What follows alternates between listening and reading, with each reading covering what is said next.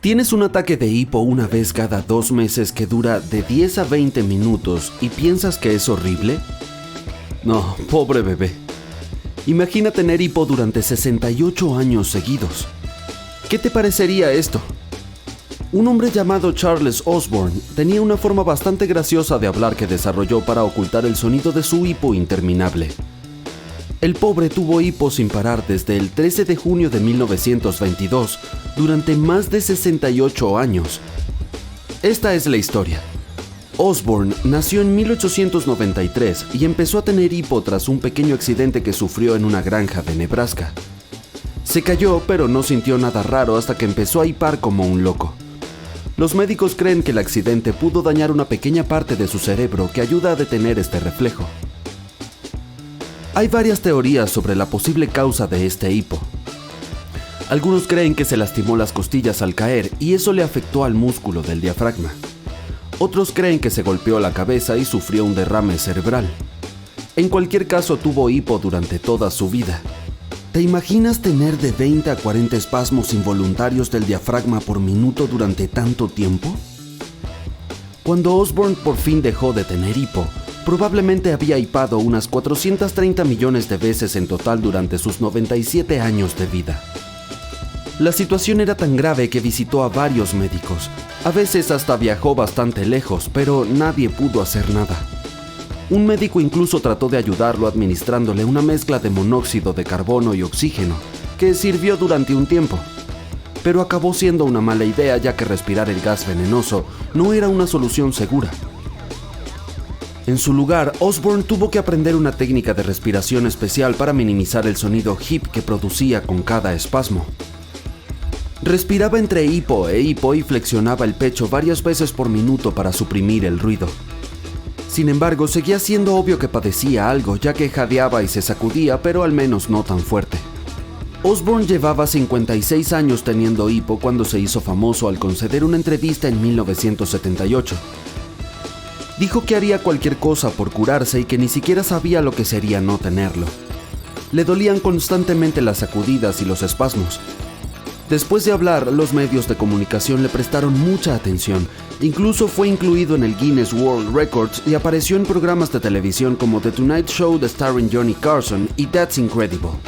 Personas de todo el país le enviaron cartas con sugerencias para curar el hipo, pero ninguna de ellas funcionó más de un rato. Sin embargo, este calvario no impidió a Charles Osborne llevar una vida relativamente normal.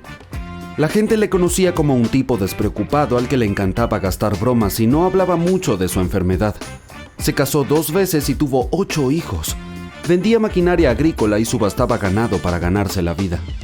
En 1990, por razones que aún son un misterio, el hipo de Osborne cesó repentinamente después de más de 6 décadas.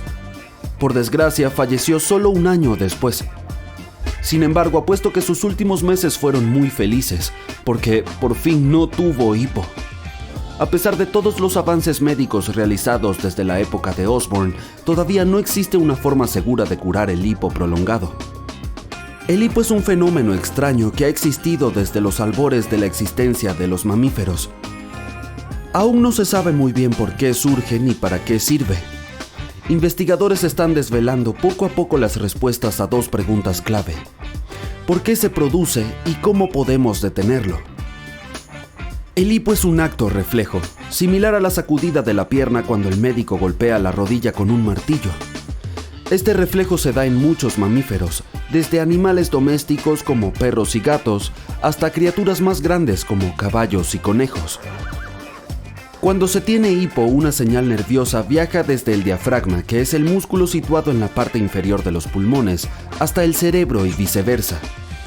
Este proceso se repite varias veces, lo que provoca la contracción del diafragma y la expansión de los pulmones. Sin embargo, en mitad de la inspiración, un reflejo hace que la epiglotis, que es un colgado de tejido situado en la parte superior de la garganta, se cierre de repente, creando el característico sonido hip. Así es como suena el cierre repentino de las cuerdas vocales. Este ciclo continúa hasta que el reflejo se interrumpe por algo como contener la respiración o beber agua. El hipo es causado por el nervio frénico, que es un cordón largo y de forma extraña que va del pecho al diafragma. Apareció por primera vez en los antepasados de los mamíferos parecidos a los peces, pero el suyo era más corto y se conectaba directamente a las branquias junto al cerebro, en lugar de llegar hasta el diafragma. Este reflejo podría haber sido útil para los anfibios que vivían en tierra, ya que necesitaban cambiar entre respirar bajo el agua con las branquias y en el aire con los pulmones. La epiglotis se cerraba y enviaba el agua a la boca y a las branquias, impidiendo que pasara a los pulmones. Sin embargo, dado que los humanos ya no vivimos bajo el agua y no tenemos branquias, ¿por qué el hipo sigue estando en nosotros? Puede que tenga otros beneficios. Por ejemplo, los bebés suelen tener hipo más a menudo que los adultos, sobre todo cuando se alimentan de leche. Al succionar también tragan aire, y el hipo podría ser la forma que tiene el cuerpo de eliminarlo del estómago. Este reflejo podría funcionar como un eructo autoiniciado. Curiosamente, no solo los niños pequeños tienen mucho hipo. Incluso se ha observado que fetos de 10 semanas lo experimentan. Este proceso podría servir para entrenar su cerebro para trazar el mapa de su cuerpo interno. En otras palabras, necesitan aprender dónde se encuentra su diafragma y cómo controlar su respiración, y el hipo podría ayudarlos a practicar la respiración para estar preparados cuando nazcan. Aproximadamente 4,000 personas acuden al médico por este asunto cada año en Estados Unidos. ¿Cómo quitar el hipo? Es una de las preguntas sobre salud más buscadas en Google. La mayoría de los episodios se resuelven solo en 2 días, pero los que duran más pueden significar un problema subyacente, como un tumor cerebral. A veces los pacientes sufren hipo continuo que no desaparece ni siquiera con procedimientos médicos, lo que se conoce como hipo intratable. En estos casos, solo ayuda el tratamiento de la enfermedad subyacente. Para tratar el hipo, los médicos han probado distintos medicamentos destinados a relajar los músculos y nervios que pueden causar los espasmos del diafragma, pero no hay pruebas suficientemente claras para recomendar un procedimiento específico. Un grupo de investigación japonés descubrió un nuevo método para curar el hipo que consiste en inhalar dióxido de carbono a alta concentración. Se engaña al cerebro haciéndole creer que existe una emergencia potencialmente mortal, lo que hace que se olvide del hipo.